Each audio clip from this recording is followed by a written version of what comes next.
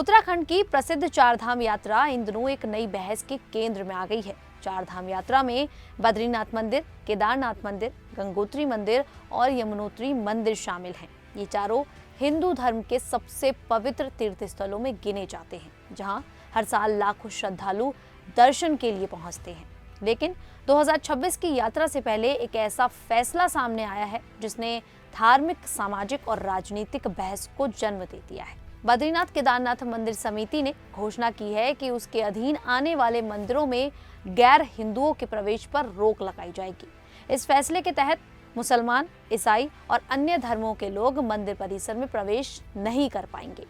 समिति के अध्यक्ष हेमंत द्विवेदी के अनुसार ये नियम 47 मंदिरों में लागू होगा, जिनमें बद्रीनाथ और केदारनाथ प्रमुख हैं। गंगोत्री धाम की स्थानीय समिति ने भी इसी तरह का निर्णय लिया है और सर्दियों की गद्दी स्थल मुखवा में भी गैर हिंदुओं के प्रवेश पर रोक की बात कही है। वहीं यमुनोत्री को लेकर अभी अंतिम निर्णय नहीं हुआ है, लेकिन इस बात पर भी चर्चा चल रही है। इस प्रस्ताव की शुरुआत हर की पौड़ी, हरिद्वार से हुई, जहां कुछ समय पहले ऐसे बोर्ड लगाए गए थे जिनमें गैर हिंदुओं के प्रवेश को वर्जित बताया गया। इसके बाद कई धार्मिक संगठनों और पुजारियों ने भी इस तरह की मांग को खोलकर समर्थन दिया। उनका कहना था कि कई लोग बिना आस्था के केवल पर्यटन के उद्देश्य से आते हैं और मंदिर की पवित्रता का सम्मान नहीं करते। कुछ मामलों में मांस, मदिरा सेवन और अनुचित व्यवहार की शिकायतें भी सामने आई हैं, जिससे श्रद्धालुओं की भावनाएं आहत होती हैं। इस फैसले को कुछ धार्मिक नेताओं और जनप्रतिनिधियों का भी समर्थन मिला है। साध्वी प्राची और केदारनाथ क्षेत्र की विधायक आशा नौटियाल ने इसे मंदिरों की पवित्रता बनाए रखने के लिए जरूरी कदम बताया है। उनका मानना है कि चारधाम सिर्फ पर्यटन स्थल नहीं, बल्कि आस्था के केंद्र है, जहां केवल श्रद्धालुओं का ही प्रवेश होना चाहिए। वहीं उत्तराखंड के मुख्यमंत्री पुष्कर सिंह धामी ने कहा है कि सरकार इस मुद्दे पर कानूनी पहलुओं की समीक्षा कर रही है। हालांकि अभी तक इस संबंध में कोई आधिकारिक अधिसूचना जारी नहीं की गई है। चारधाम यात्रा 19 अप्रैल 2026 से शुरू होने जा रही है, जब गंगोत्री और यमुनोत्री के कपाट खुलेंगे।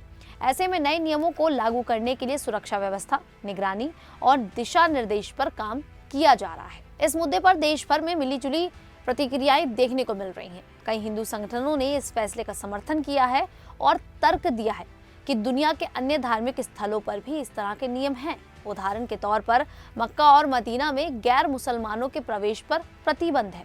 समर्थकों का कहना है कि अगर अन्य धर्म अपने धार्मिक स्थलों की पवित्रता बनाए रखने के लिए ऐसे नियम लागू कर सकते हैं, तो हिंदू तीर्थ स्थलों पर भी ऐसा किया जा सकता है। दूसरी ओर विपक्षी दलों और कुछ सामाजिक संगठनों ने इस फैसले की आलोचना की है।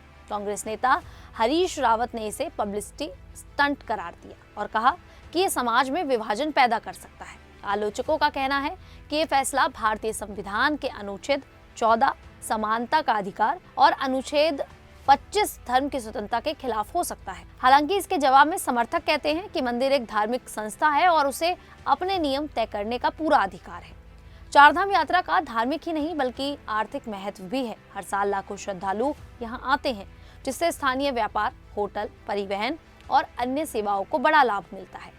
यदि गैर हिंदुओं के प्रवेश पर पूर्ण प्रतिबंध लागू होता है तो पर्यटकों की संख्या पर असर पड़ सकता है। हालांकि समिति का कहना है कि इससे केवल सच्चे श्रद्धालु ही आएंगे और यात्रा की गरिमा बनी रहेगी।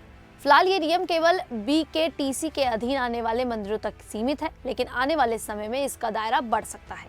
यात्रा से पहले प्रशासन सुरक्षा, भीड़ प्रबंधन और नियमों के पालन को लेकर तैयारी कर रहा है। कुछ स्थानों पर मोबाइल फोन और रील बनाने पर भी पाबंदी लगाने का विचार किया जा रहा है, ताकि धार्मिक माहौल बना रहे। यानी कि कुल मिलाकर ये मुद्दा सिर्फ उत्तराखंड तक सीमित नहीं रहा, बल्कि पूरे देश में चर्चा का विषय बन गया है। एक तरफ इसे धार्मिक पहचान और परंपरा की रक्षा के रूप में देखा जा रहा है, तो दूसरी तरफ इसे सामाजिक विभाजन की ओर बढ़ता कदम माना जा रहा है। आने वाले समय में ये देखना दिलचस्प होगा कि ये नियम कैसे लागू होता है और इसका चारधाम यात्रा पर क्या असर पड़ता है। खैर, कमेटी के इस डिसीजन को लेकर आप लोगों की क्या राय है, आप हमें कमेंट करके जरूर बताइएगा। अभी के लिए इतना ही, फिर हाजिर होंगे ऐसी ही देश और दुनिया से जुड़ी बड़ी खबरों के साथ। तब तक के लिए देखते रहिए द न्यूज़ 15।